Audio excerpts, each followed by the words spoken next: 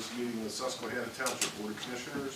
This is our workshop meeting, January 22nd. Note that all commissioners are here. We did have an executive session that we just emerged from. We also had one on January 20th to discuss matters of personnel and real estate. We'll have now a pledge of allegiance followed by a moment of silence. And Mr. Norton, who is in the pledge.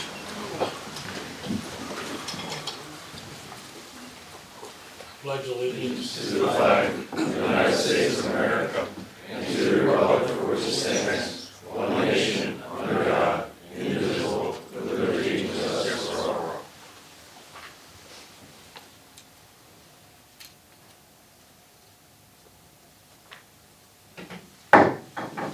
Welcome, everybody.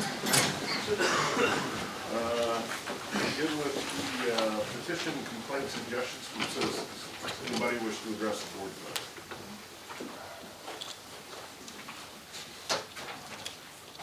Is there anybody on the line, Doug? only one person. All right, hearing none, move on to approval of minutes. Mr. January President? 5th and January 8th. Let me finish. And January 8th, 2026. Two sets of minutes. Mr. Hisserell. And Mr. Brownback, I'd like to move for approval of the January 5th reorganization meeting minutes and the January regular meeting minutes. Second. Moved and seconded. Any comments or questions? All in favor? Aye. Opposed? Motion carries. Presentations, new website presentation. Mr. Canals. Thank you, Commissioners. Give me one moment. I'm going to share my screen.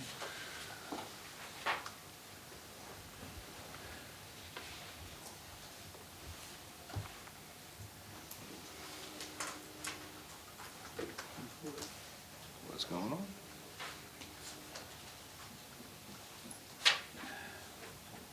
There it is. Okay, so hopefully, as you're all aware, this is our current website, as it is today.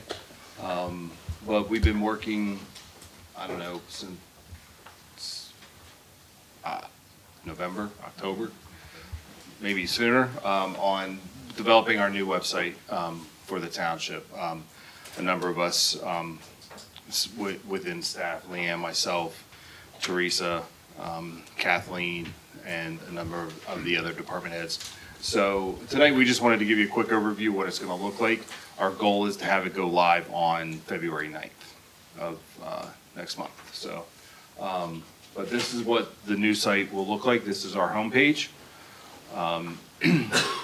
Basically just updated, a lot cleaner look overall. We feel a lot easier to navigate as well. We will still have the current up-to-date news as we do on our current site, but it's a little bit more uniform, and it'll be a lot cleaner overall. There are some newer things up there ready to go for when we go live. There's still some other things we still have to work on updating as well.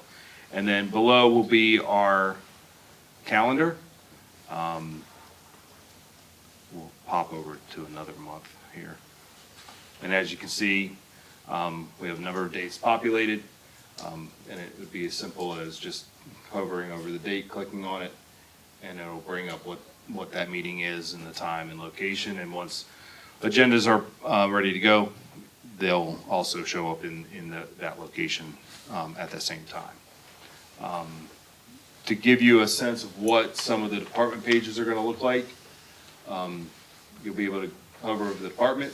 We kind of shrunk the list overall just to the general department titles instead of giving the expansive list because it'll be way too much data when we're fully built out. So I'll jump on to the stormwater management page real quick. This will be their landing page. All their pertinent contact information will be on this side here, phone numbers, Mary Kate and Kathleen as well. And then any of their major topics will be right here in the forefront. Up at the top, that'll take you to basically other pages within stormwater. So if you click on the stormwater fee, it'll explain it, what it's for, all that fun stuff. And it will also, with our in-house GIS expert, we will get all the stormwater impervious areas and all that fun stuff that Mary Kate has put together on GIS and a number of the maps overall. So, and then I'll pop over to parks real quick. We have some of the same pictures that we have currently. We got to update them. They'll be able to just click this button to go over to our program and registration. We have a page just for the Recreation Advisory Committee that'll list the members, any agendas and so forth. And then we'll have a page separately for all of our basically plans and guiding documents. So it'll have updates for the current 6-park master plan that we're working on, our comprehensive plans, and the Park and Recreation Master Plan for Wedgewood Hills. Those will all be quick button links to go to all those maps and so forth. And one of the things that I like the most, working with Mary Kate, is our parks map. So, sorry, I keep zooming out of that part. But, over on the side here, there'll be a list of all the parks, a photo of them, and if you click on a specific park, the map will take you right to that park.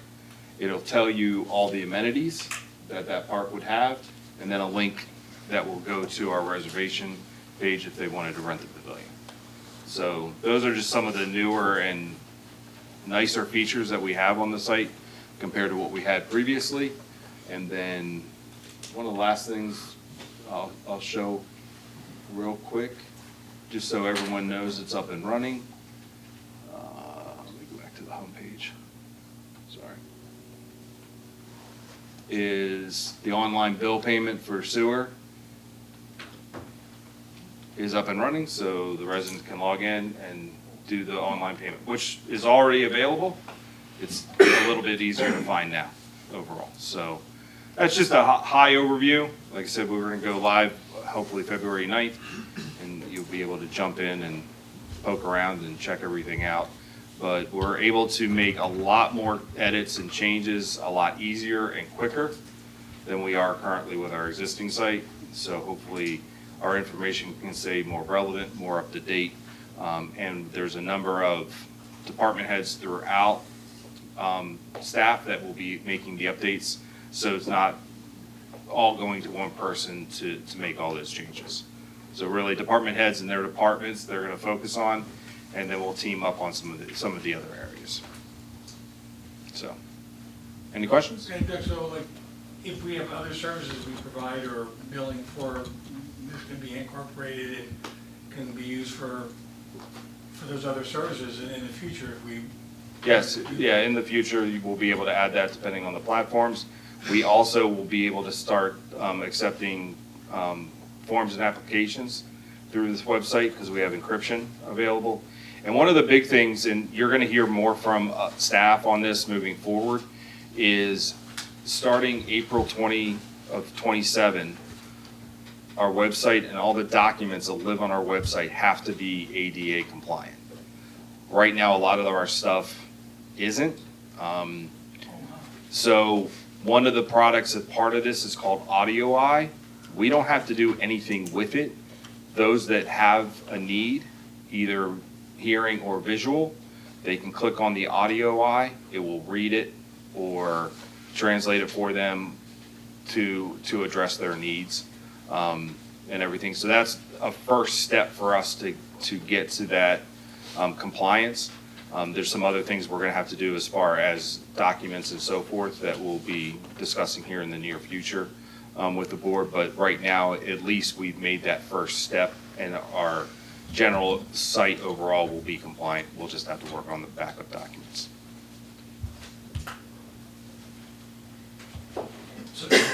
So the audio is going to be site-wise or just the top layer of documents or what? No, it will eventually be the entire site. As we will work to get all the documentation that's in there updated as well, AudioEye will be able to handle everything. And the way we put documents up there, as long as we tell it it's a PDF, AudioEye then recognizes it correctly and reads it correctly. Yeah, that's why I was asking, because some of the older, I mean, there's a world of documents there. Well, honestly, not everything that was on the old site transferred over. We were limited to how much we could move over.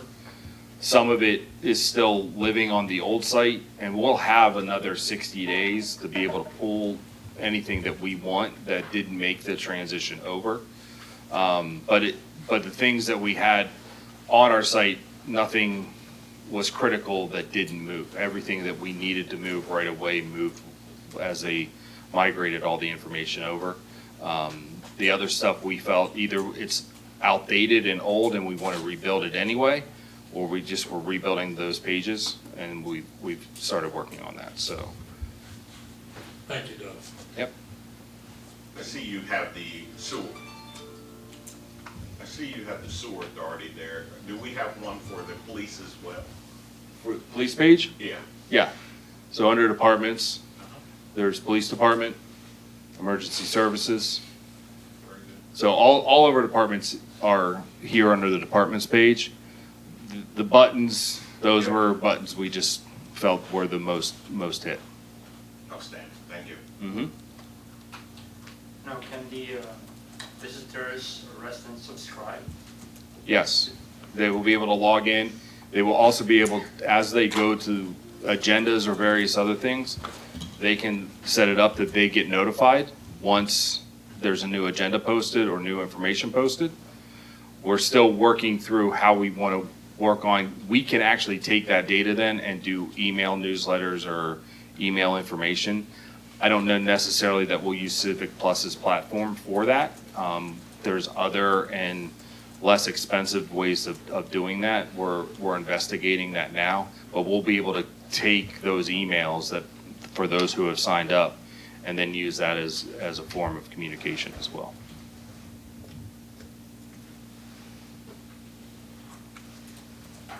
So this is Civics Plus, right?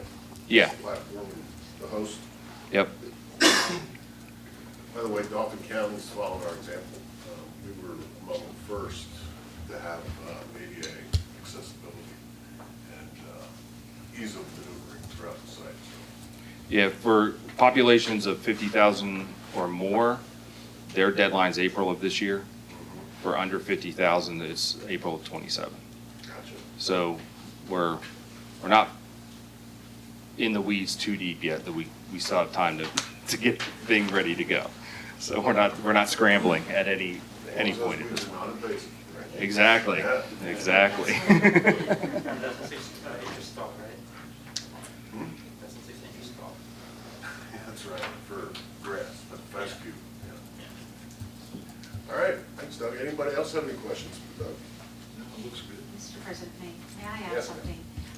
Anybody that's worked on a website knows the amount of work that goes into developing a website, and I just want to, I think on behalf of everybody, thank Doug for taking the lead on this and pulling all of us together, but he's really done an amazing job of taking on this challenge, so it's been extra work and it looks fantastic, so thank you. Thank you. Thank you. Yeah, thank you, Doug. Okay. Next up, we commissioned a study with Finelli Engineering to look at some options available to us as a community for Respire. It's a building was built in the late 40s, I believe, in the early 50s. And it's been around the track a few times, and so we engaged Mr. Rogalski here to give us a good look at some of the options available to all of us. So Greg, if you can help us out, appreciate it. Good evening, members of the board. Thank you, Commissioner Lynch. Commissioner Norford, I don't believe I met you. I just wanted to go back a little bit in time, just to maybe for his sake in terms of where we're at. We were commissioned specifically to take a peek at Progress Fire Company's building and the potential of constructing a new station. Our initial task was to look at 3 different options. Option 1, just to refresh the memory, was to renovate the existing station in the current footprint that it's in. Option 2 was to try to figure out a way to add an addition onto the existing station. Option 3 was to potentially build a new station across the street, essentially at the old former Susquehanna Township School District bus lot. So that was our mission. That mission was driven by the 2024 study that did recommend that be investigated in terms of a new combination headquarters style station in that particular location. So I had appeared in front of the board, I think it was back in maybe July-ish. We kind of at least explored a couple of those options. Those options didn't change significantly from when you last saw them. But what I thought I would do tonight is kind of run through our final report, which I believe you do have distributed to you, and kind of hit the highlights so we could talk about where we got to, what conclusions we drew, and then the next steps of where we could go from here. So our document's dated October the 31st, if you're looking for it. And essentially, as I described before, those options were derived based on discussions with the fire company as well as public safety staff here at the township to determine what exactly the program needs are. So as part of any construction project, typically we define the program, i.e. what we're building first, and then seek to fit the design into those specific program elements. So option 1, which was, as I mentioned, the renovation of the existing station, we came to the conclusion early on that the station, if we did a renovation, it was going to be kind of a full gut. We would be stripping it down to the structure, replacing all the mechanical elements, as well as buttoning up the envelope itself. The challenges that we wanted to answer as part of this question was whether or not the existing bones of the structure were good enough to be able to do that. And the conclusion after we did a structural analysis as well as a environmental investigation was that the existing building does have good bones, okay, to put it basically. So this concept of coming in, essentially ripping everything out of it, and then buttoning up the envelope, new roof, new mechanicals, all those types of things is where we headed in terms of that particular scope of the project. We'll walk through the plans in a minute, but generally, if you're familiar with the firehouse, there's essentially the right side of the firehouse is the apparatus bay as well as the day room. The left side was the bingo hall, at one point in time, the community room, a basement below, as well as a second floor that currently holds the bunk room. So we did come up with a plan to be able to facilitate moving the bunk facilities essentially into that community space. The offices would go downstairs in the basement area, and then the apparatus bay would be improved, most specifically not necessarily expanded, but actually raised. Rip the roof off, pop it up a couple feet. For those of you who've not been there, there's not a lot of room between the top of the tower and the underside of the actual structure. So that was incorporated into option number 1. So that was that particular approach. Option number 2 included, as we kind of unveiled previously, an expansion that would include an addition that would essentially stretch across Maple Street. We are fully aware that that particular proposal has some challenges. It has challenges in the form of having to essentially either vacate or close Maple Street to through traffic, obviously. We really would be taking away Maple Street, a portion of the parking lot that exists today. There would not be necessarily adequate parking without some additional acquisition of adjacent properties. But it was the logical component as to where to actually expand. So we took a look at that scenario. That expansion, the new addition, would essentially be the apparatus bay, along with operational support facilities in that particular area.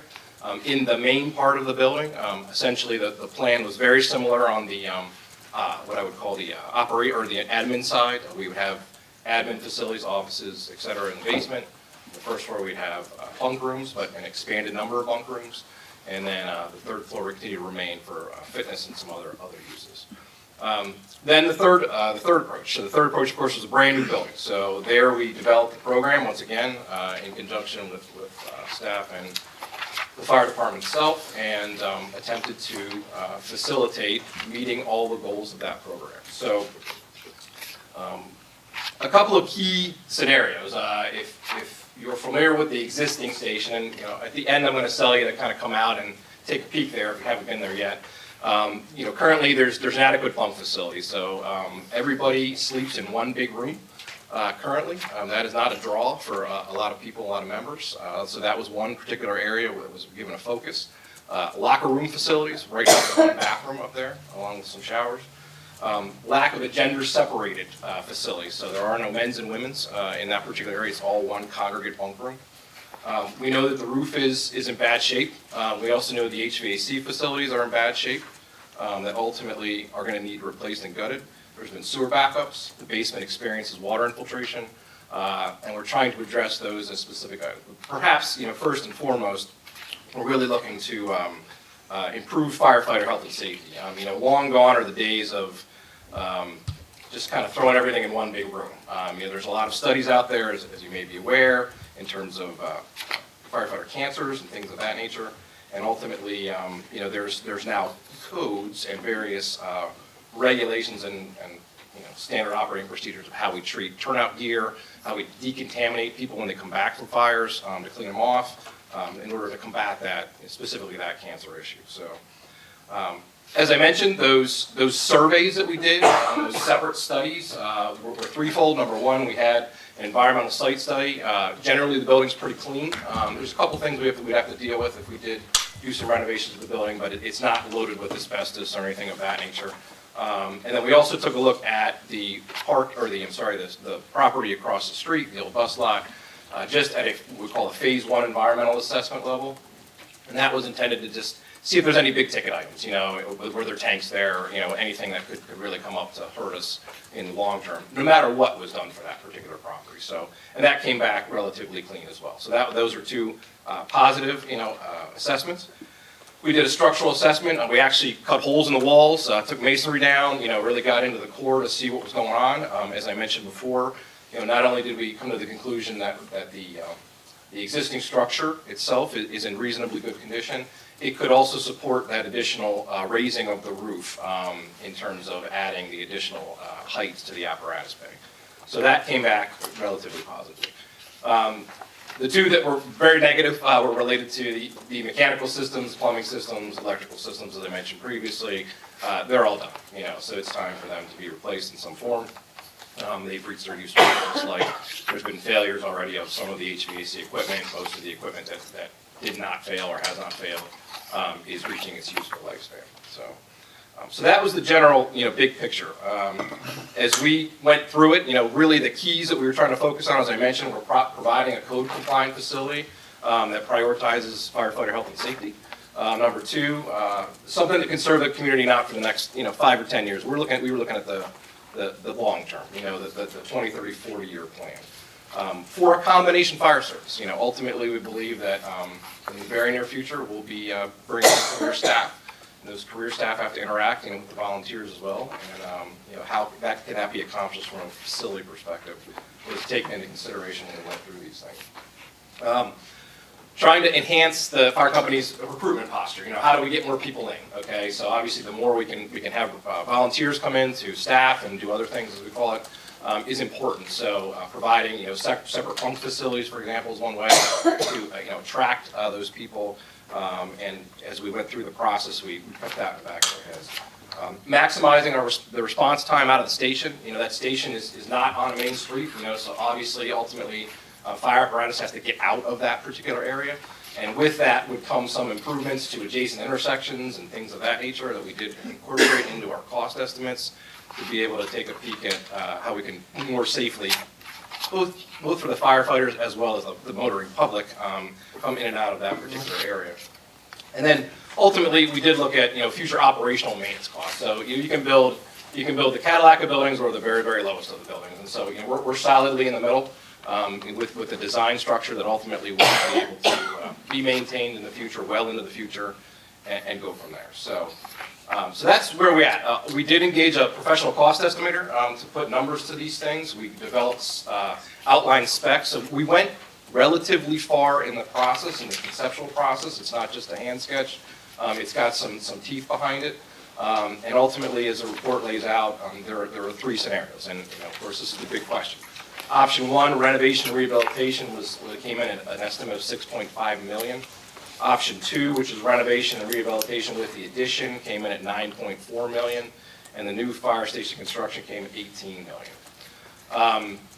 So of course, it is a lot of money. And ultimately, we have to consider that. Two other things that I, implore the board to consider as we continue down the process. Number one, that those numbers, were generated in October of 2025. They're already probably outdated. Never has it been the case where construction costs go down, they always go up. It will never be cheaper to do some construction sooner than later. I stood in front of this board many, many years ago with a project behind you at the public safety building, and we were being all collectively shocked about a $2 million number, which sounds like such a deal at this point in time. It's crazy. So, just keep that in mind.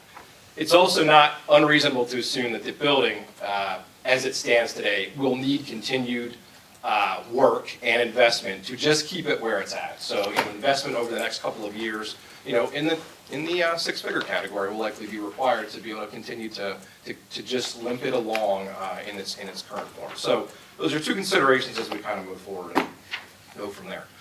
Ultimately, we're looking to move this to the next step. So, I think the ultimate goal is to invite all of the commissioners out to some tour, if you will, of the fire station in some form, see what the existing issues are, have a conversation about potentially a schedule of how we move forward. And that schedule can be related to, the decision-making process, which is of course up to the commissioners. What committees will make decisions, how will we do that, but at least try to put something on paper to facilitate movement in that regard. And then ultimately, what we would like back from the project management perspective, from my perspective, is we need a budget. So we need to know what the number is. And the reality is this, we provided a number of different options to you, 3 options there, but we're going to ask you to say, hey, this is the number, and we will work into that number as best we can. And that may clearly define what those options may be or what's realistic for the commissioners. So. I will stop right there to see if there's any questions before we take a peek at the plans. Maybe. I haven't taken this all. Teresa, is there anything you want to add while Greg gets a sip of water? I think you covered it very nicely. I know they have been all the staff from the fire company and Greg's group have worked diligently for 12 months, has it been? It's 12 months to get to where we are right now. So if we get the plans up, you can see the different options, but they spent a lot of time really refreshing and talking about different options to get it where we are right now. So it's been very well vetted within the fire company. And Can we ask questions right now? yeah. Okay, while we're waiting. What steps are you doing for a recruiting process? I'm going to defer that. My role here is specifically related to the building. The project manager? Yeah, Okay, yeah. okay, no problem.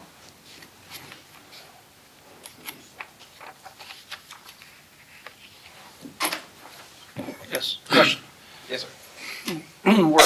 Where else have you seen this? What other parts of central Pennsylvania are going through this? Everywhere. Yeah. So, this is not a Susquehanna problem. This is not only a regional, but a national problem. So we sit here with kind of a three-headed monster, if you will. We have, facilities, which I just, asked you to take a look at an $18 million project. Apparatus, which now, as you're well aware, is, in the millions of dollars, as well as staffing. So, all of those things need considered in this scenario. We were not blind to that conversation as we went through it. And I think that's as we talk about steps forward that three-headed monster needs addressed in some form before you can make any kind of decision related to where you're going to head with the facilities. We were specifically involved. Monroe Township, for example, Cumberland County is going through this exact same exercise.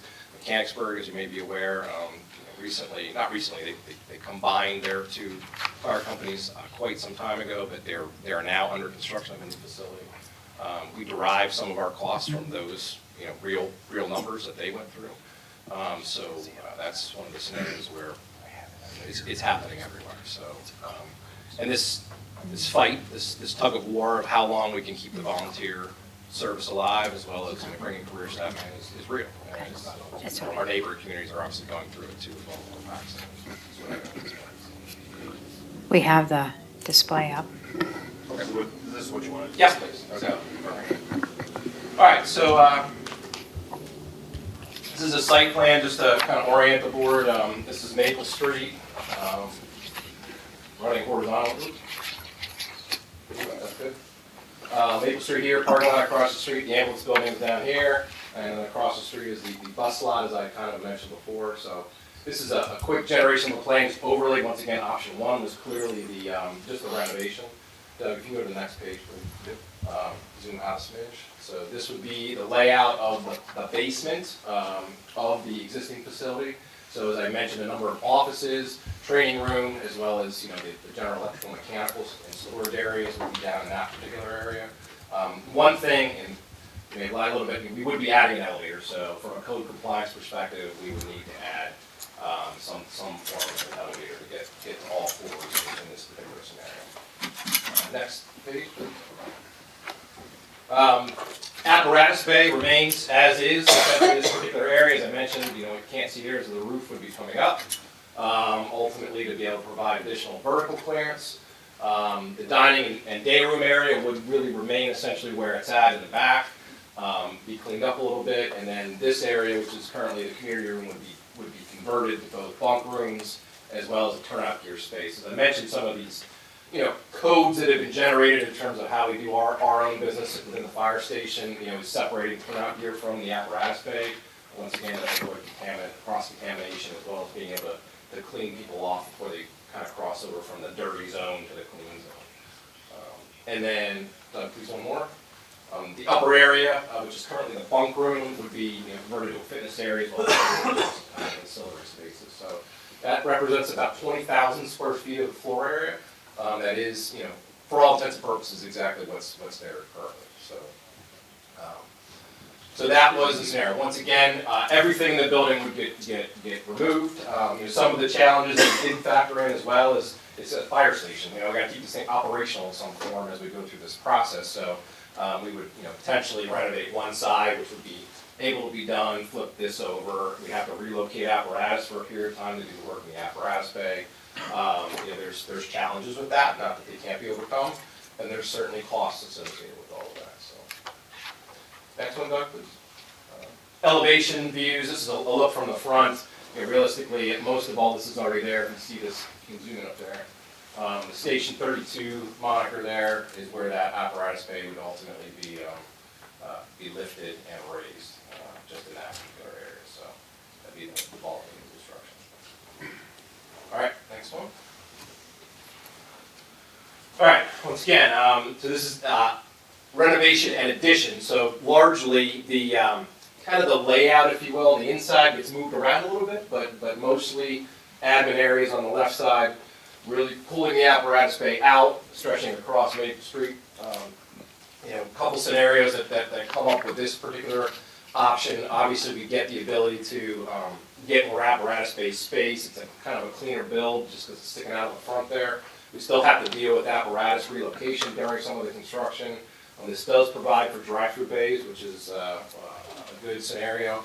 And we did discuss quite at length, where does the fire department go most often? And that's a scenario where when you're pulling out, or you're constantly trying to loop around the building and things like that. And so, this does provide kind of a one-way directed exit, on the south side there, or the plant side, I should say. So that's a negative. It is negative, yeah. And we'll get into the negatives, specifically for this plan, because there are many. So certainly, we're eating up the parking area. Okay, this becomes an apparatus bay. Where are we going to park there? So we have to find a solution to that. Okay, I don't have an answer for you right here today because I'm not sure. Why does it have to be? Why does the annex have to be that large? It was driven off the number of bays that were requested. So, and that's the same. It's one more bay than what's out there now. They're larger than what's out there. So the apparatus would come out where the parking lot is? Yeah. So, And the primary how's apparatus that? would be able to loop around and come in this way, pull right through. Right, And and how the does that pull-through would be. How does that affect EMS? Well, same issue.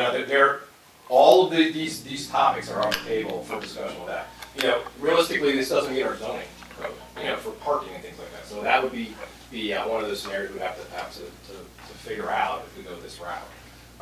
We looked at well, what if we went off the other side or the back? Obviously, every direction has some challenges associated with it. You know, we did actually take this, you know, turn it, smash it in here, basically, you know, once again to try to limit, but, you know, there would need to be adjacent property acquisition in any scenario, you know, with this. So the existing building in this scenario, what would be in there that's different from the first option? Okay, what I'm gonna do is go to the next plan, and I'm gonna walk through that, so, Doug, if you may. This is twisted, but this is the basement plan, you saw that before, it essentially is the same, there's very little change from option 1 to option 2. Next plan. So if you zoom just out, there we go, okay. So, once again, the apparatus bay, the current community room would be realistically converted into bunk space. So there's more bunk facilities in this particular option than there are in the first one. So I think there's 13 in this one, there was 8 in the first one. So, you know, it is not uncommon for that number of beds to be filled at Berkshire Station. So that was where that was very from. The existing apparatus bay is converted to turn out your storage, more of the operational type apparatus. If you've ever been, maybe to compare, you know, if you've ever been to a public safety building behind us versus Berkshire Station, you can very clearly see the difference between the space between apparatus, which, you know, plays into some safety concerns.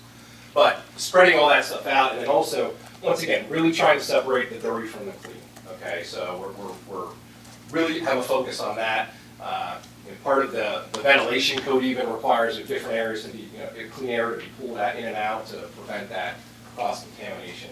And then, you know, once again, larger spaces for storage and gear laundry and a reconfigured, you know, day and diner. So, as the fire company evaluated, you know, the numbers, you know, where did those numbers come from? You know, they did a pretty good and thorough job of taking a look at their current population, meaning, you know, their members and what they see, as well as on top of that, what happens when we intermingle, you know, the potential for career staff in that same station. So you have two different populations that are living, you know, somewhat harmoniously in this particular space. So, and then the next slide is just the second floor. So once again, this portion in the back would still remain essentially the same as option number 1, so fit space and things of that nature. So a combination of, you know, renovations to that existing facility, got same concept as well as a relatively you know, clean addition, you know, off to the front.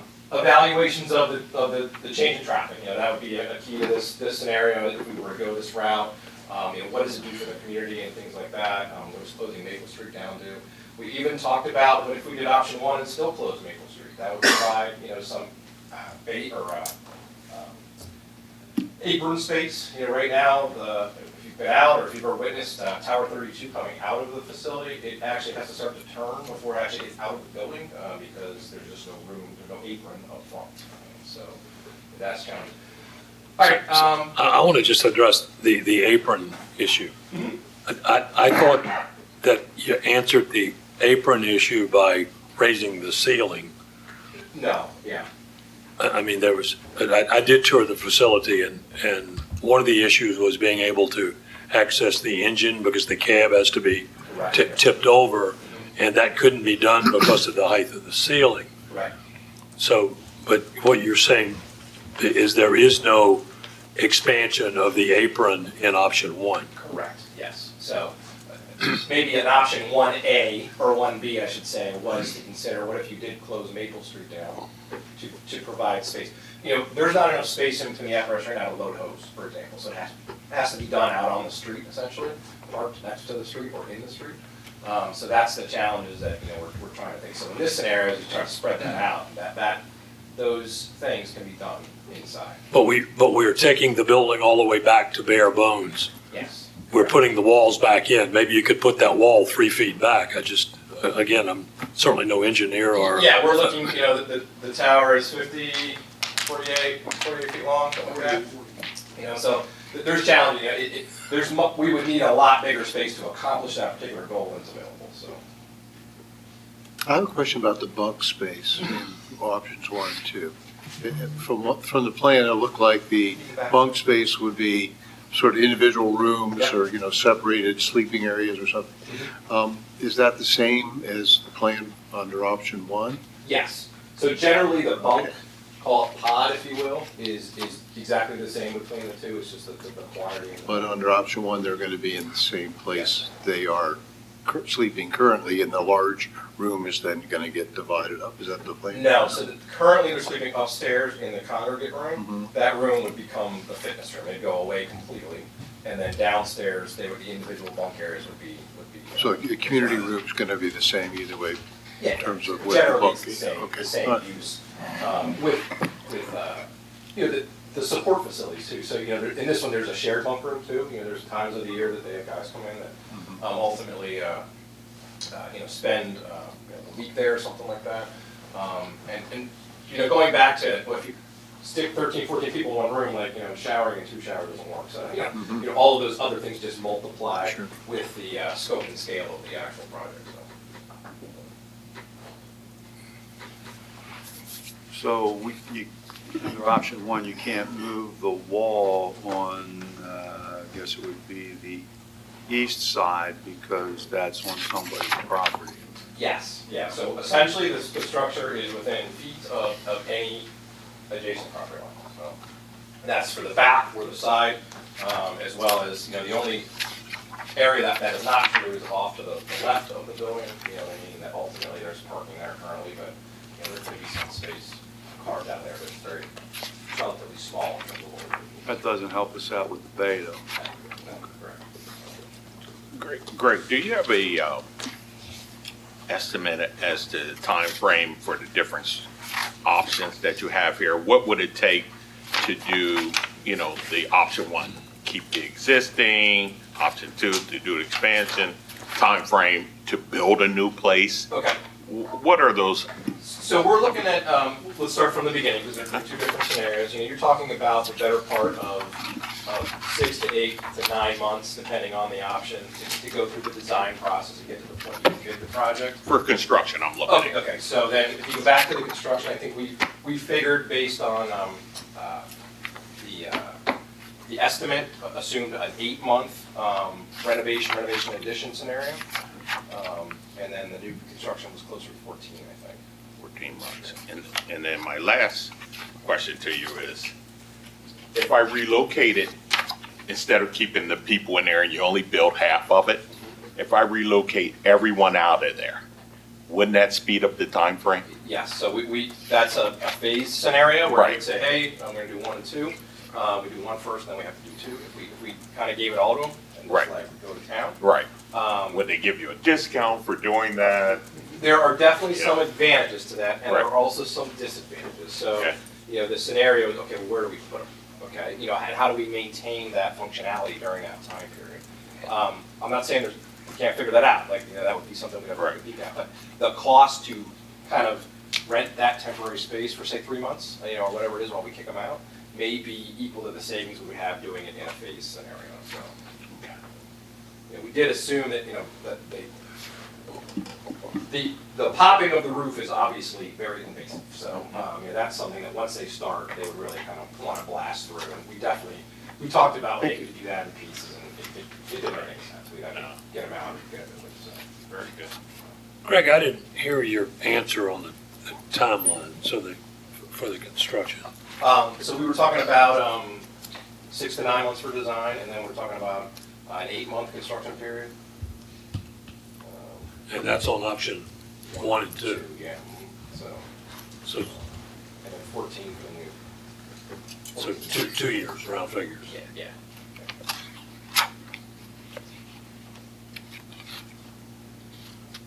You need better part of a year just to get going, like get a shovel in the ground, you know what I mean, so. Question, are there any prefabricated option that we can So consider? there are, so ultimately, we didn't go down that road just because, for a number of different reasons. But there are scenarios we could look at those construction pieces. It really, we would need to figure out, obviously prefabricating the option 1 doesn't really make any sense at all. Option 2, Pre-engineered structures, kind of like what's behind you is an option. But I kind of mentioned before, we're looking for more for that 50-year lifespan, you know what I mean? Something a little bit more robust than what's sitting behind it, for example. And then same thing for the main option 3, the big picture. We did not consider, a prefabricated scenario. Yes, would it save money? It would. At the end of the day, would it save you half of the cost? It would not. I don't know what the savings would be, but it wouldn't be anything substantial. So. Yeah. All right, and then the last version.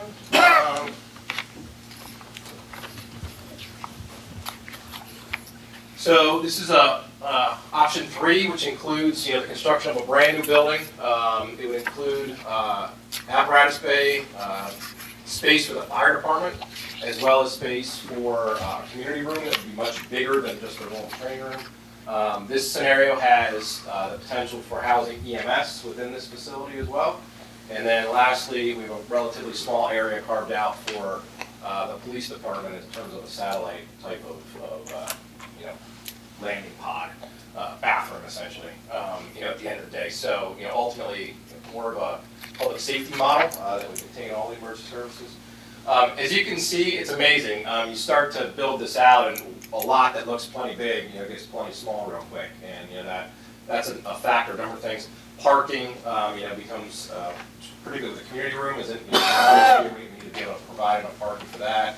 Stormwater, that we all love, ultimately is going to eat up a portion of that lot, and we would need to take a look at that. But we did the red and the green. It's kind of hard to see on here. And took a look at those turning movements. All these spaces here. How everything gets through. We modeled those to try to figure it out. Certainly the intersection at Schoolhouse would need some love at the end of the day, because that's a challenge to get in and out of, and things like that. So we did a pretty in-depth dive. So next slide. That's just the site plan. Once again, apparatus bay to the north side, and the south side there we have the main kind of operational areas. Next. This is a 2-story option. So ultimately, once again, apparatus space over here. This is rotated now, facing up to the existing station. Facility for large apparatus as well as obviously the small apparatus, and then, as I mentioned, we would be able to at least carve out a portion for EMS in the back. These walls are just demising walls. They could be moved all over the place essentially. So we have to figure all that out. But that has a station setup, if you will, a remote station setup, where they have some space to be able to do reports, hang out, that kind of thing like that. I'm kind of confined to that corner of the building. These areas are relatively the same as the addition on the option number 2. And then as you kind of see, different layout completely, obviously, but ultimately that community training room would kind of be in the back of the building, adjacent to the parking. And then we'd have the administrative area, if you will, kind of as a central block, and then on the front block, more of the operational areas that would have the day room, kitchen, things like that. Then if you were to go upstairs, Doug, if you may, thank you.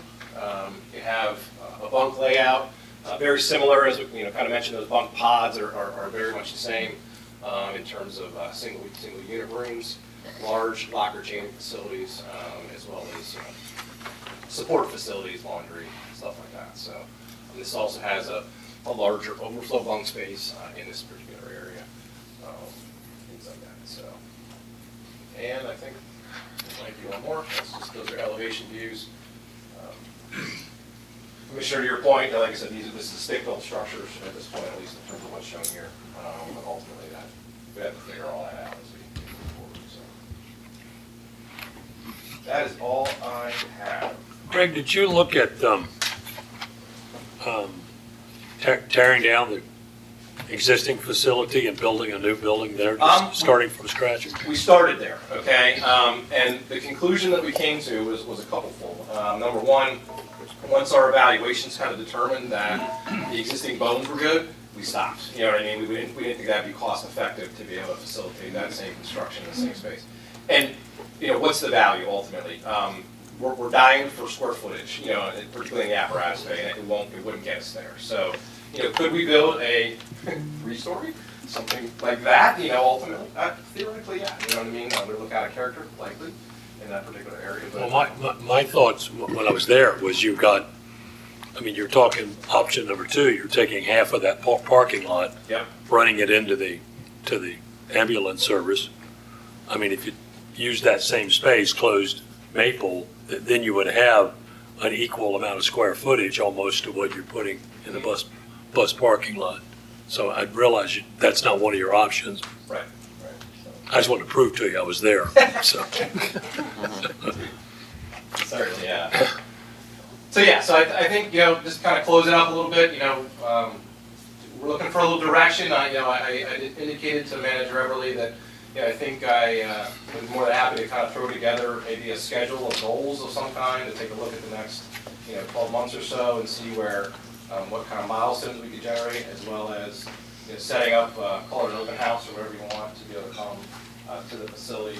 I'd also highly recommend, and you guys come to the back, take a peek at that. So in comparison, just in terms of give you a good reference, I think a little bit in terms of what we're looking to do, getting some space and stuff like that. The ceilings are high enough back in the back to get the cab tilted up so you can work on it. Aside from that feature, what are the other reasons to raise the roof? So, if you've been there, you see when they pull the tower in, like the tower, I mean, it's not. Yeah, touching, but it's right yeah. there, I was there. Operationally, stuff gets done up there, while the apparatus is in quarters, so. Sure.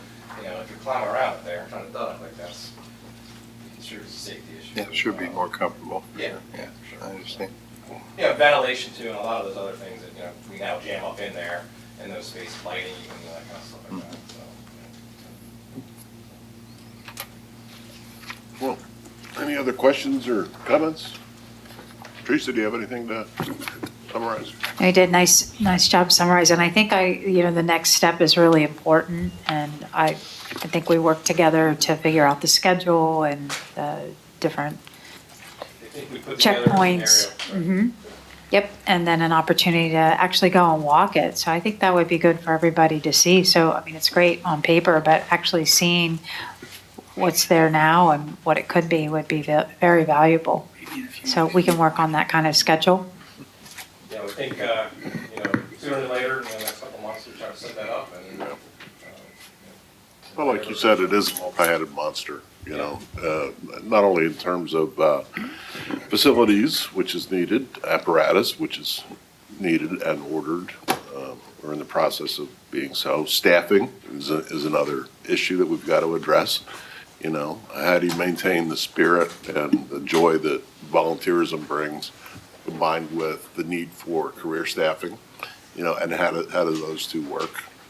How do we increase symmetries between the two fire companies that we do have? All with an eye on cost of the taxpayer. It's just a lot, but like I said at our first meeting of the year, this is our number one priority for 2026. We're absolutely not going to turn our backs to the needs of public safety in Susquehanna Township. And that's obviously fire companies, it's obviously police, and it's obviously STEMs. There's a lot going on. So we're not going to be ostriches here, but we want to. But the thing that I love about this is it really puts us in a good position, to get as we start gathering facts and seeing what's feasible, what's not feasible. To go forward with standing on some bedrock instead of sand. So I think your report went a long way towards that, Greg. And certainly, this is a scenario that's near and dear to my heart. For those that know me, I'm obviously very involved in this on a very high level here in the township and elsewhere. And so ultimately, if you guys have questions, call me up. I'd love to have conversations with you to fill you in on options, or if you have those moments in the shower and you have the best idea ever, like we're all ears. So I'm not going to call you from the shower. okay, that's fine. Let's get out of there. Usually it's 2, 3 o'clock in the morning. We wake up and Yeah. the light goes on. We're So we'll fight. operated, so Give you a buzz. come on around. That's not You better write it down, and look at it in the morning. You just might have to call it 4 a.m. Whatever. Like that vote's so brilliant. All right, Thank you, Greg. Appreciate it. Yeah, thank you. Keep your life, please. Okay, public hearings, no traffic studies? Chief, do you have any traffic studies? Hey, thanks, guys, for coming out. Hey, Appreciate thanks it. a lot, guys. Yeah, thanks for what you do. Thank you for your service. Really.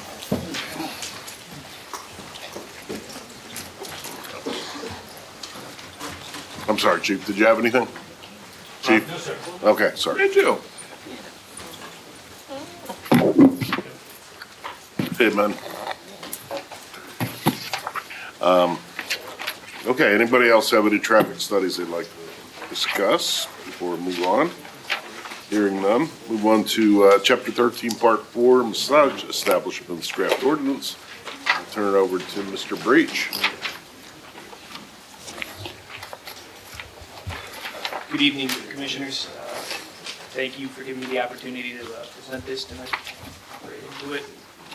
Provided with the agenda is a copy of the draft repeal and replace ordinance amendment to Chapter 13, Part 4, massage establishments of the municipal code. Also provided with the agenda is a memo outlining the content of the draft ordinance as well as a copy of the current ordinance for reference. This draft ordinance was developed after review of the current ordinance, found it to be outdated and out of alignment with current massage practice.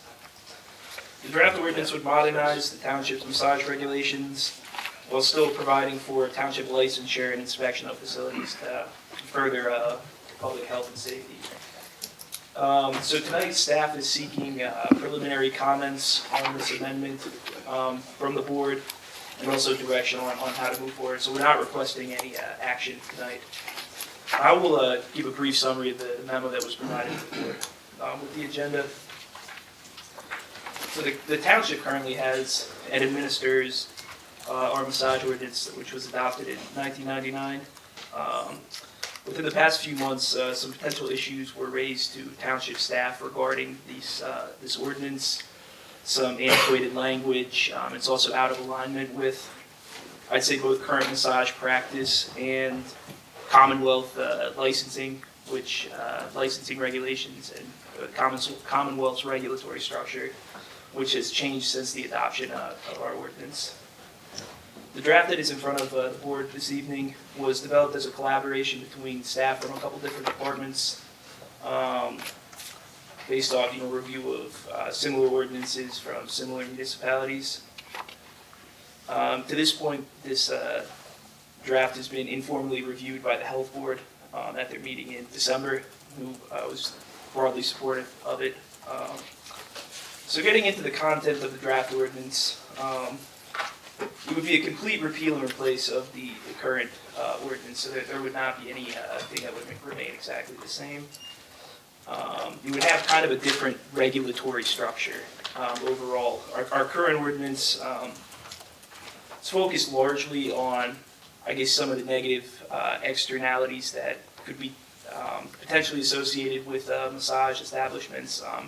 I think it's kind of an antiquated outlook on the industry.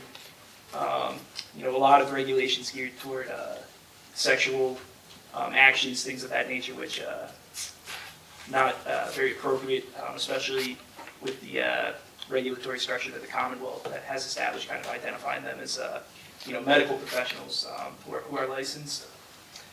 So the general structure of the draft ordinance is it separates out massage therapists. Massage therapy is a practice, and then alternative therapy is a practice. So massage therapists are required to get an occupational license from the Commonwealth. And the current ordinance has a provision for the township issuing those licenses for individual massage therapists as well as facilities, which is inappropriate and in conflict with the occupational licensing that the Commonwealth does. So a massage facility is a facility that is staffed by licensed massage therapists by the Commonwealth who perform massages defined by the Commonwealth. So those facilities are licensed at a facility level. The massage therapists who work there just provide a copy of their license issued by the Commonwealth to the township.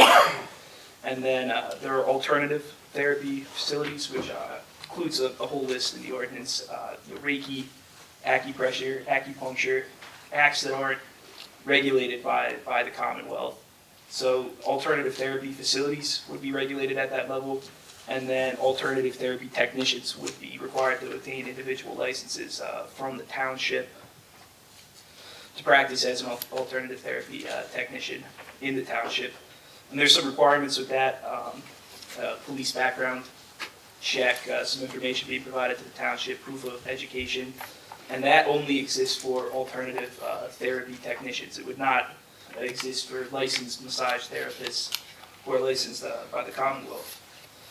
The ordinance also includes some minimum health and safety provisions regarding sanitation, minimum requirements for sanitary facilities, things of that nature. And both of these facilities would kind of follow the licensing structure, similar to the other township ordinances that require licenses, where you get a license yearly, the health officer goes out and inspects the facility, similar to restaurants. And then, he reports it compliant or not compliant. So that is the general structure of the draft ordinance. From our research, this seems in line with current practice from other municipalities. So just to reiterate, it's a twofold structure of massage therapy facilities with licensed massage therapists working from the Commonwealth or regulated at a facility level, and then copies of licenses are provided to the township at the therapist level, and then alternative therapy, Reiki, acupressure, things of that nature, licensed at the facility level, and then technicians are then licensed at the individual level. So that's all I have on the content of the ordinance. We're here for any feedback, comment that the board may have, so we can incorporate it into a draft and then get it into a position where it's available for public comment and then potentially for adoption. Happy to answer any questions and would sincerely appreciate any of the feedback you have. Thank you. I have a couple of questions. The definition under section 13402 for alternative therapy technician. I just wanted to make sure it's clear and it's accurate that it states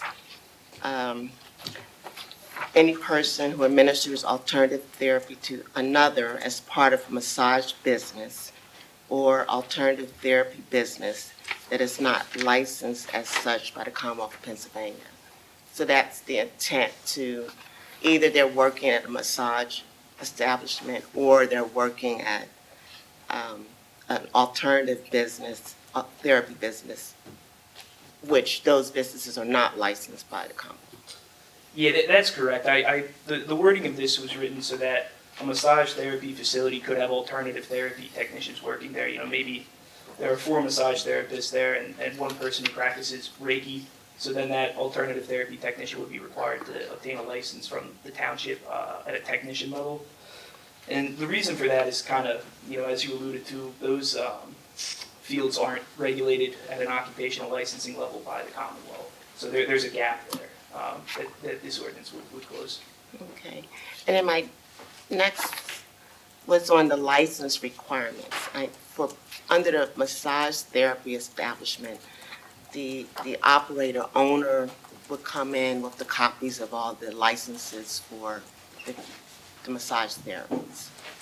And there was a parallel for the licensing requirement at the alternative therapy technician, but I wasn't clear. It seemed like they have the same language that the owner would come in, but you also need to see, do each of the technicians, since they have to have their own license from the township, do they have to appear in person?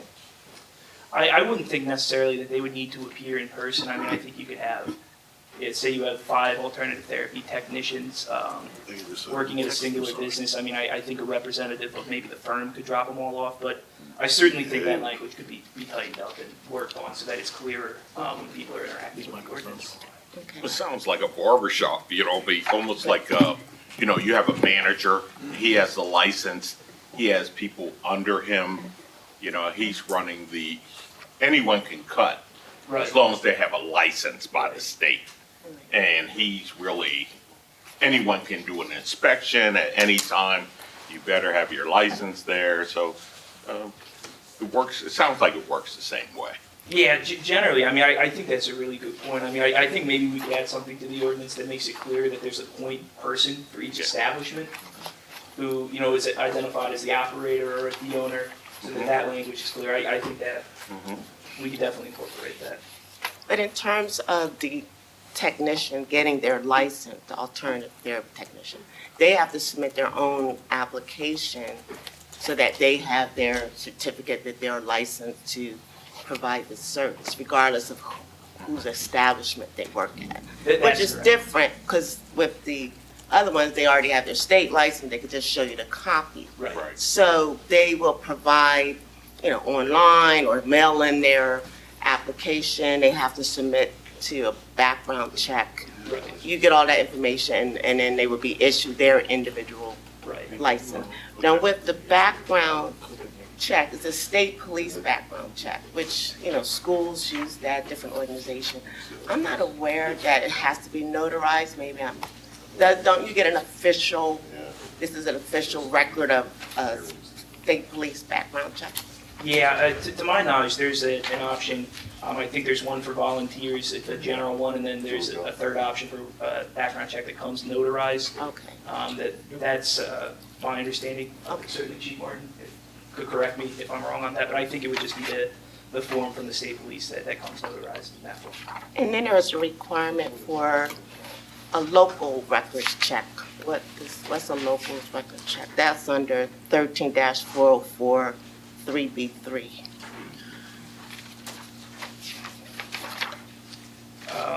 I think I defer to Chief Martin specifically on what the local records check would entail. Yes. We would run that information through our records management system that's internal to our police department for any contacts or any of that. Okay, so the Susquehanna Township. Yes, Okay. exactly. Okay, Yes. thank you. Yeah, Those are my comments. I do have Question several on the- comments. First, under definitions, one of the things that was discussed at the quarterly meeting was animal-assisted therapy. And I know the original language, prohibited like use of animals like dogs, et cetera. But I take it because that language is completely out now, that if somebody, is certified to engage in that type of practice therapy along with their massage therapy, that's perfectly okay. That's correct, yeah, those provisions were removed entirely. Okay. Didn't find them to be sensible. Yeah. So, as far as the police check issue, I guess moving about the personal information will be provided to the township, et cetera. We can't just, basically cut to the chase and say a criminal background check will be done. It just seems like it's kind of broad in terms of what we're looking for these other, because if they pass a criminal background check and their facility is clean, then that, for me, would be sufficient. If there's something else going on, that becomes a criminal violation, and that's what we have a police department for. That's, I think we can work on maybe tightening up that section and making sure that it's streamlined as it could be. And I could work with Chief Martin on Okay. that portion of it.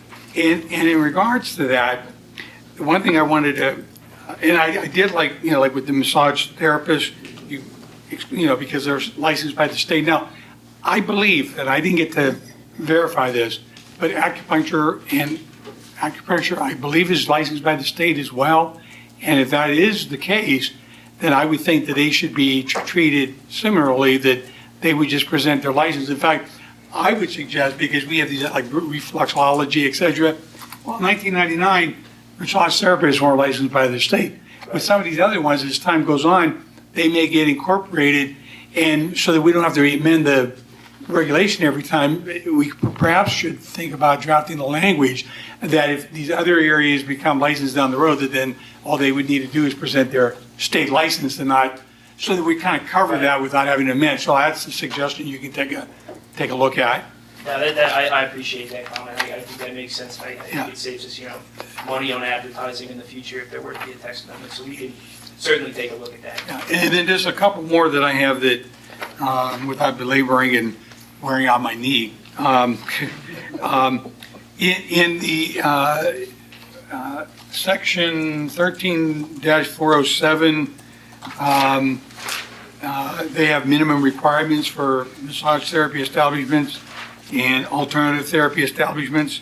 And in G, they have, other than while the premises is open for business, eating or drinking shall not be permitted on the premises. And I kind of, because giving water, for example, is a very usual practice when you get a massage, because they encourage you because of the, getting rid of the body waste, et cetera. And even eating, like especially depending on the type of therapy you're doing, if kids are part of the treatment, giving them a snack may be something. So I would take a look at that language as well, because I don't want to be overly restrictive, because there's actually, especially with water, water is almost a given that they either have it available or you can ask for it, because that's part of the quote treatment. They want you drinking fluids. The other one that I wanted to bring up is the next one in H. About the premises shall not be used as a dwelling unit and may not have a stove in the premises.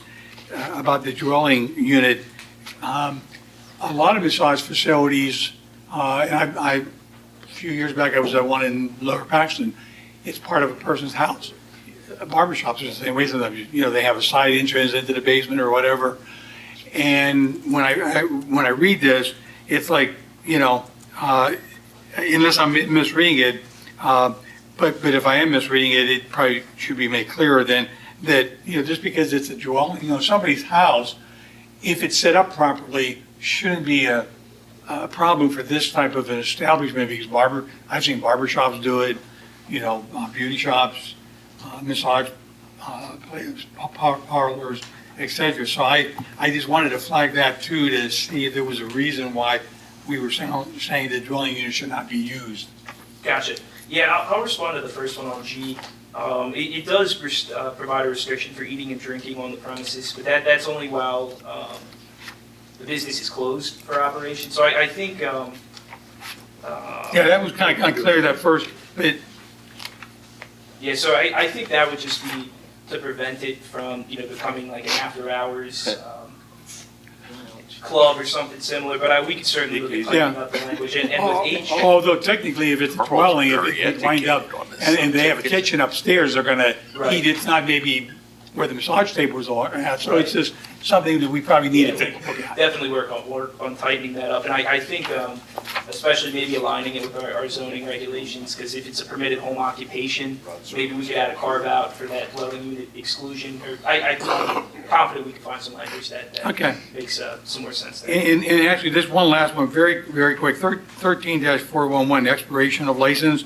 The second line says, an application for renewal shall be filed with the township manager at least 10 days prior to the expiration of the license, which January 1, but I was going to suggest 10 business days, because it becomes more precise in terms of what are you counting, weekends too. But 10 business days, basically, 2 weeks before the deadline, you got to have it filed. But that's, to me, a better way, a clearer way of saying it than saying 10 days. Gotcha. Let's That's me. take a look at that. I think we wanted to line it up kind of with the language from the inducement devices, but I'll verify that and see kind of how the other procedures are working and other ordinances. So, you're just looking for discussion and review tonight, right? Yes, sir. No action. Yes, sir. And maybe Rob is the one here with the seniority, but this was set up in 1999, I believe, to address certain abuses throughout the township. And I wonder if by strip and replace this whole set of language, if we're opening the door to anything. Not that you can see around every corner, but if there's anything that existed in 1999 that exists still today, are we opening the door to whatever that fixed? Certainly, and I don't want to speak for Chief Martin on it, but I think this, a lot of the language in the previous ordinance, especially about certain, sexual actions, those are criminal violations in their own right, and I think in an ordinance where, we're regulating the business activities, not 100% necessary, but we can certainly, work with the legal team, work with Chief Martin to make sure that we're preparing for any outcomes like that. Good thing. And Mac, I'm going to have to say, I thought you did an excellent job massaging the old language into the new. Carl's very educated on this subject. Yeah. You I must had to spend get a lot one of in. time in the massage area. But it does have. Got rubbed the wrong way. So, perhaps we can get back to the agenda. Shall we? Chris? All right, need anything else from us, Mac? No, sir, we'll work on incorporating these changes and come back with a draft that we can stronger, and then we'll go through the process. And I want to thank the board again. I really appreciate the feedback. Great job. Thanks for the work on this, Mac. One good thing is my knee feels better right now. Okay, next up is Mr. Knaus with the Logan Farm Invasive Management. How are you gonna beat that?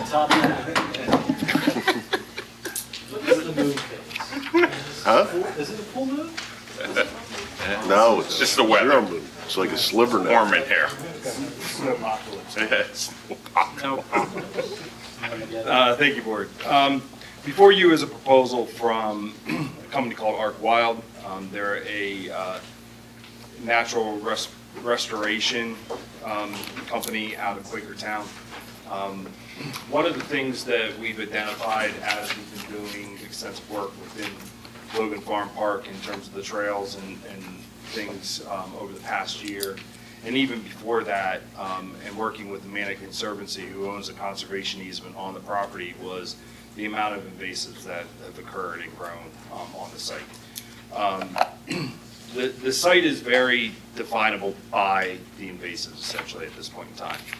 The northern, probably half to 2/3 of the property is inundated with invasives: mile a minute, Japanese stiltweed, multiflora rose, olive, privet, a number of others. There's almost a dozen different invasives on the property currently. And then as you get more to the southern part of the property, down closer to 81, where we still have a canopy forest, there's a lot less in terms of invasives. Those invasives have taken over and wiped out the trees on the northern end. So with the Manna Conservancy's help, they received a grant and they developed a forest management plan for the property that they gave to us. And the plan is we need to get rid of invasives, right? So if we don't, we will lose the property. It's just a matter of time. And I actually had a conversation with a gentleman, his son, either 2018, 2019 time period, cut the actual first rustic trails in the park. And when we went in to start cutting the trails, we saw the blazes.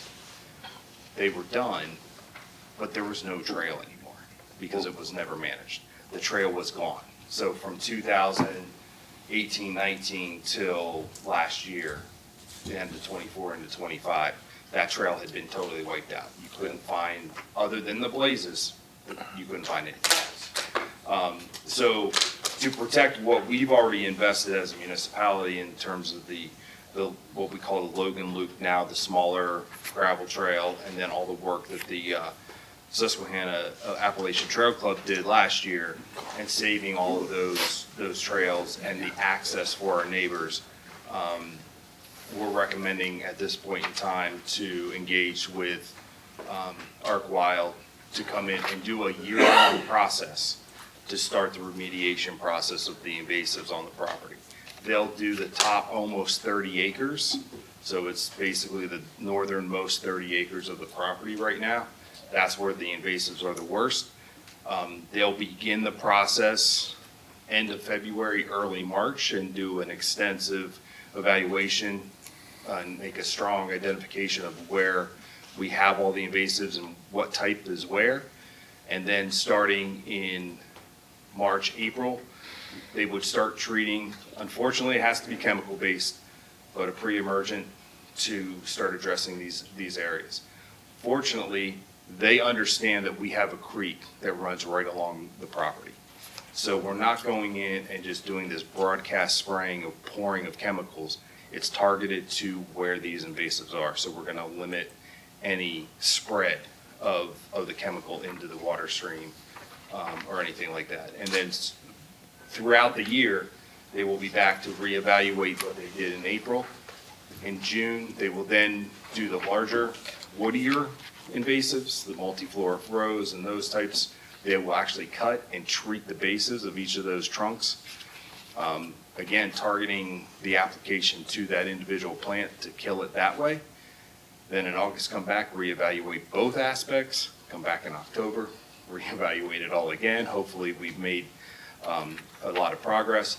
At that time, they would evaluate the southern end of the property, and then we could start making determinations at that point if we could start reforestation, starting as early as 27, depending on the success of the remediation that we're doing, hopefully this year. Any questions? Is there a motion? Yes, Mr. President, I'll move to approve the contract with Arch Wild in the amount not to exceed $81,275 for Logan Farm Park Invasive Management Project. Second. Moved and seconded. Any comments or questions? Yes. Yes. Is this in the budget? We have it as part of the DevRec, the It recreation was impact. accounted budget. for in the We've budget. accounted for it there, yes. Yeah, you probably already thought of this, but, it is authority property, and we have an agreement to utilize it, but maybe the authority can be approached to help burden, shoulder some of the burden of the cost. I can work with Manager Everly and staff and maybe get them on their agenda at their next meeting to discuss it with them. Yeah. Now, is this a temporary fix that goes on year after year? Well, Or is it- fortunately, our staff is gonna be on site with them and get trained. So Oh. we have pesticide applicators on staff, so they can go in and hopefully we'll be at the point of spot treating at that point as we start going into the reforestation. I would probably recommend utilizing them again going into next year for the lower half because they have the manpower where we're limited and we can't strap Public Works to come out and spend a year working on invasive management. But again, getting our staff trained to one, identify what is actually the invasive plant and how to treat it properly and what to utilize to do that.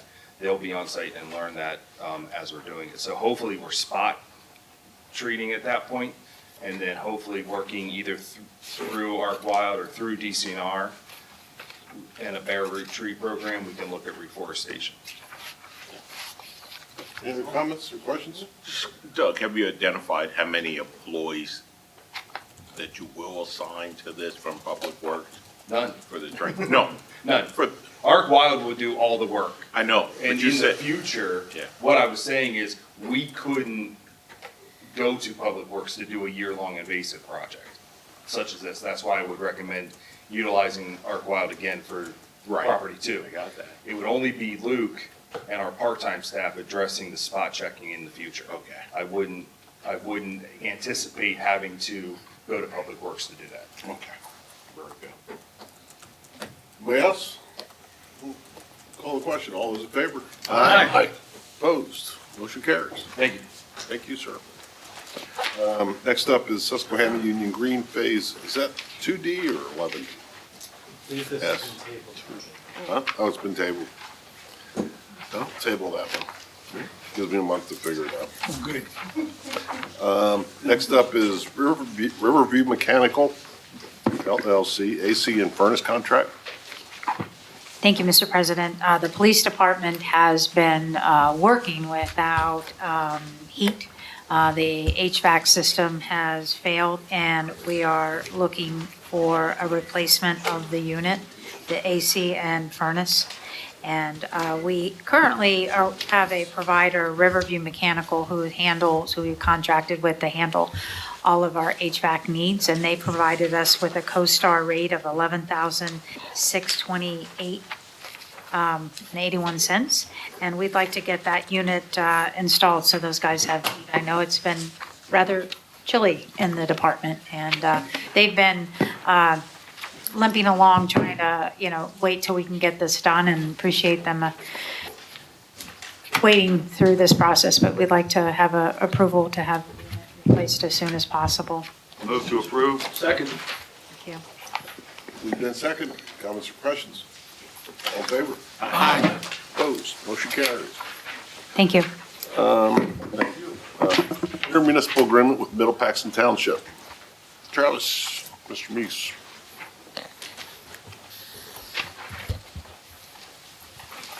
Thank you, Board. Including in your packet is an intermunicipal agreement between the township and Middle Paxton Township. Middle Paxton Township requested the assistance of the Public Works Department to provide services to include the grinding of yard waste. The agreement sets forth for the agreement of providing the service for Middle Paxton Township.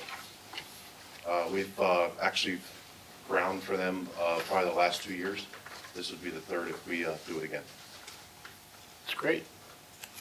Is that a motion? It is. Second. Moved in second. Where is the grinding, where does that take place? Their grinding takes place at Hagee Park in Dolphin. Oh, so off Crooked Hill? Oh. No, Hagee Park in Middle Paxton. I was checking it.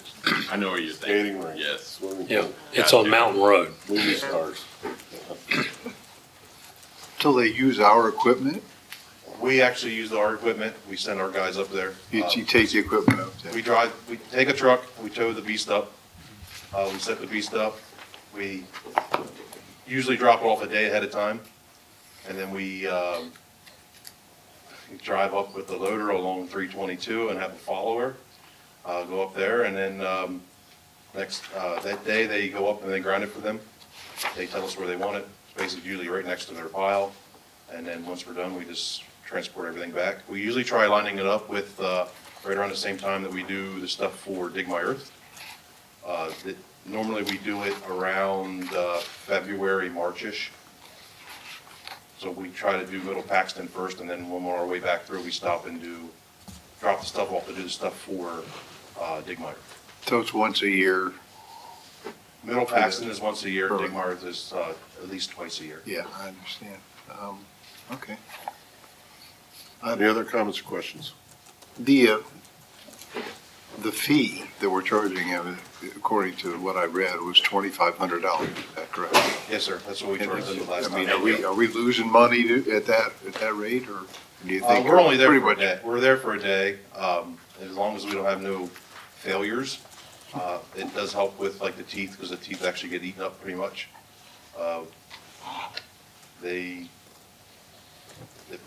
If it goes smoothly, there's no problems asked. I mean, if it goes smoothly, but if there's a problem, then there's possibly a chance you could lose a bit of money, but I haven't seen anything where we've lost money with it yet. Okay. So it's $2,500? $2,500, yes, sir. I guess I'm, $2,500. $25,000. Once a year. Does it say 25,000 in there? Does it? Just No. 25. No, 2,500 per Dimes year. and pennies. I just didn't understand it was sort of a one-day operation, and I'm glad you clarified that. Thank you. I'm certainly happy to see cooperation between townships. We need more and more of that, so. We've done some stuff with them in the past, like I said, we've done the grinding for them. A few years ago, we did some sweeping for them. I think we did that 2 years in a row, I believe. And then this year, we actually almost had the opportunity to sweep for them again. They had leased from a sweeper company, and the state came in and stole the machines that they were gonna be renting, so they got put on the back burner. But they got the machines before we got to go up. All right, any other comments or questions? All in favor? Aye. Aye. Opposed? Thank you, sir.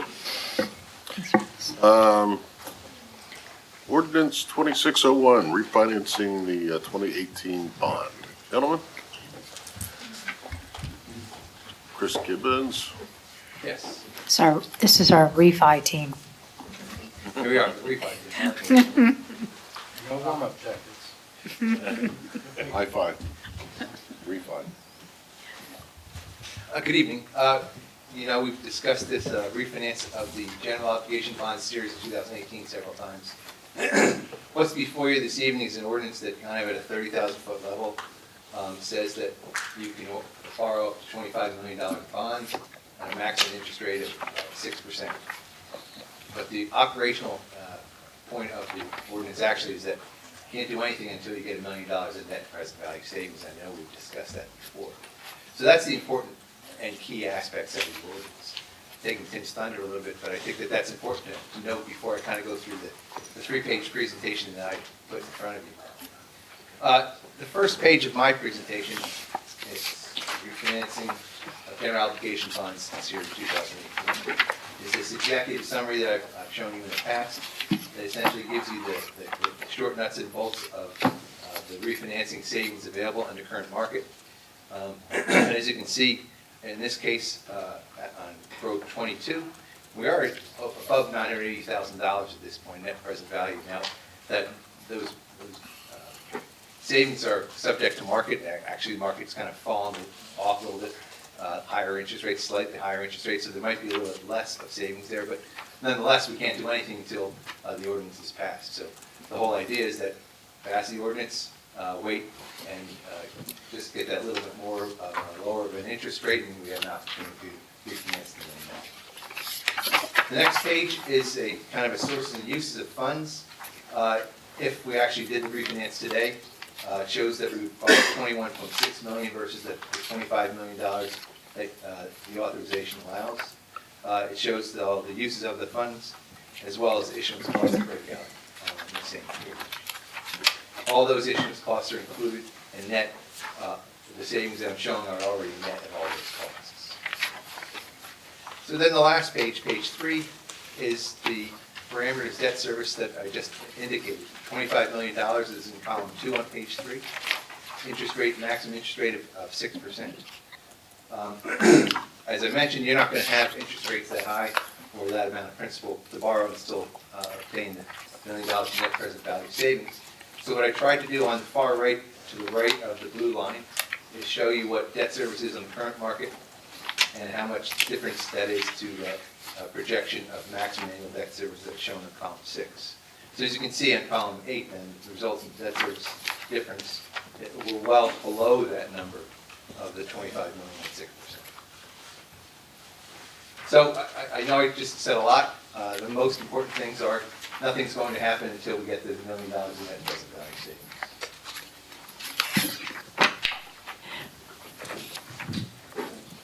Can we make a motion? Those guys look, they're clearing their throats. Looks like they're Well, I think they'd be happy if we made a motion. I can keep it brief because I'm sorry to say the ordinance has nothing to do with massage services, so not much to add for. We watch our language here. Well, you did a good, you did a good job massaging this language. How do you feel about fire buildings? They're literally salivating to finance this. You could see them in the background. Yeah, I just wanted to add that that this is refinancing all or portions of the township's outstanding general obligation bond that primarily went through the sewer authority for their projects. Right.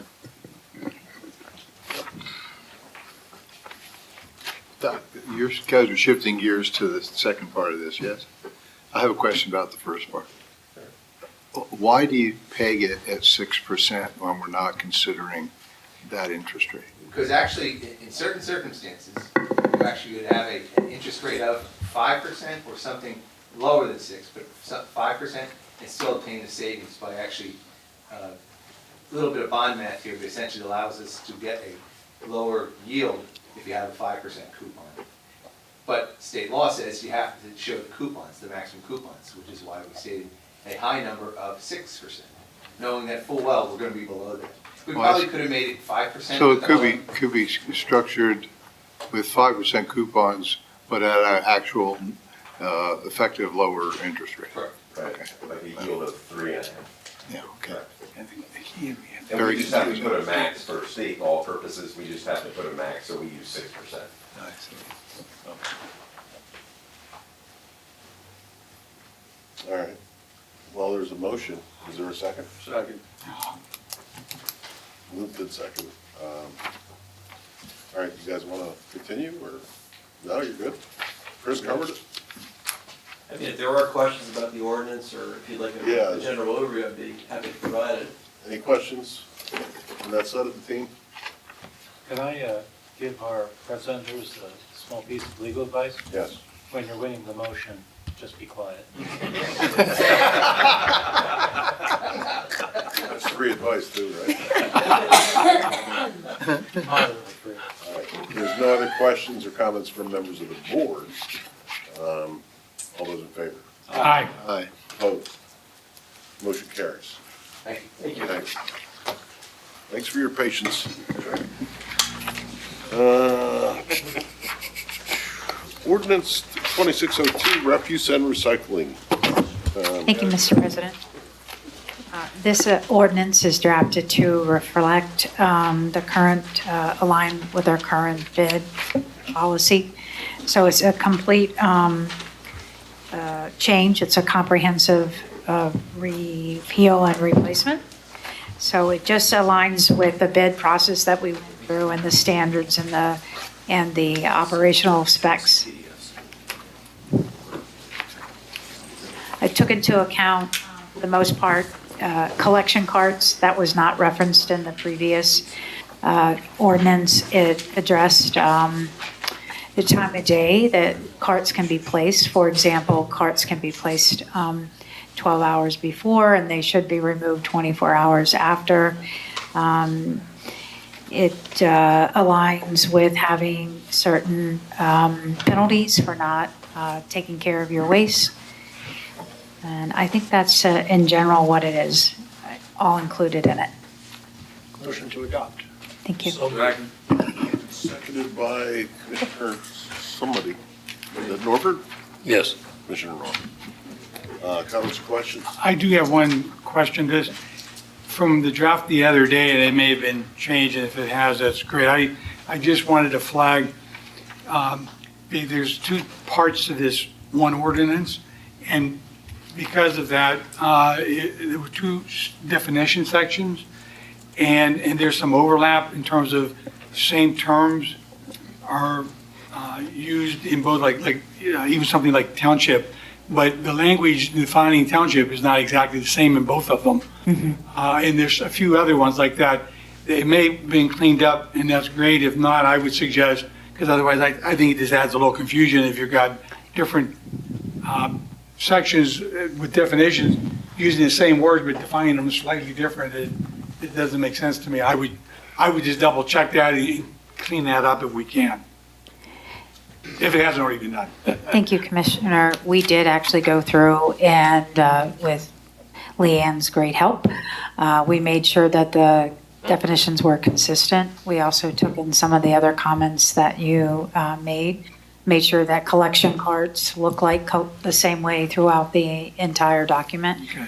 We're certainly learning about consistency in our ordinances, and appreciate you giving us your feedback on that. So they've all been updated.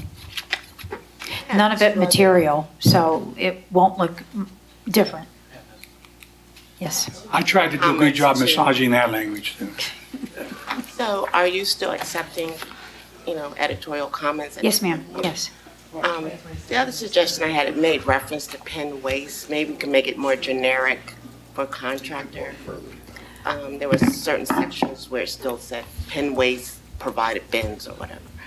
And I do have this section number. That's a good point. I think we said pen waste, we should say contractor provided. Yeah, Yes, and good then- comment. It made a reference to the yellow lids for recycling. Some of us still have the older ones that are blue lids, even though it's green. So somehow, you're gonna have a mixture hybrid. Some people are gonna have the yellow tops versus, I don't know how you wanna handle that. Thank you. I think we can figure out a way to say that appropriately. It's a separate color than the trash. And Yeah. I do have another suggestion, but I'll just email it. It's a language change. Make it clear. Thank you. I appreciate that. Is it something that will reflect affect the motion that's been No, made? I'm not. Okay. Or editorial. All right. Anything else? Any other comments, questions? Those in favor? Aye. Opposed? Motion carries. Thank you, Teresa and staff. Appreciate it. Next up is consent agenda. None. New business, Raymond James, designation of dissemination agent agreement. Teresa? Lou, would you like to step forward for that? Sure. Sure, thank you. Just a quick explanation. Yes, sir. Sure. So when the township issued bonds, for example, the 2018s, you provided a certificate that said you would provide your financial information to investors. There's a website that all that gets loaded onto. You have to do that in a timely manner, your budgets, your audits. You had a firm that was providing that service previously. I think that firm notified the township that as of the end of 25, they weren't going to do that any longer. Manager Everly reached out to us, said, do you folks do that? We do have a department that does that.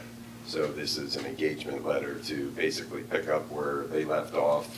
You're required to do this. So we'd be working with the township's finance team to just make sure all of this gets filed on a timely basis each year. Budgets, audit, operating data.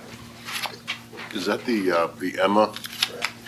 Emma website, anyone can log on to that, look up your information, your bonds that are outstanding, and see that you are constantly updating your financial information to keep investors up to date. Okay, is there a motion? So moved. Second. Moved and seconded by Commissioner Polino. Comments or questions? All in favor? Aye. Opposed? Motion carries. Commissioner comments? Anybody have any?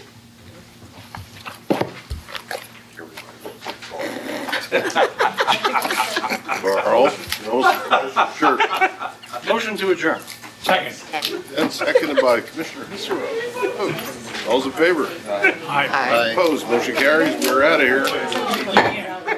Leanne.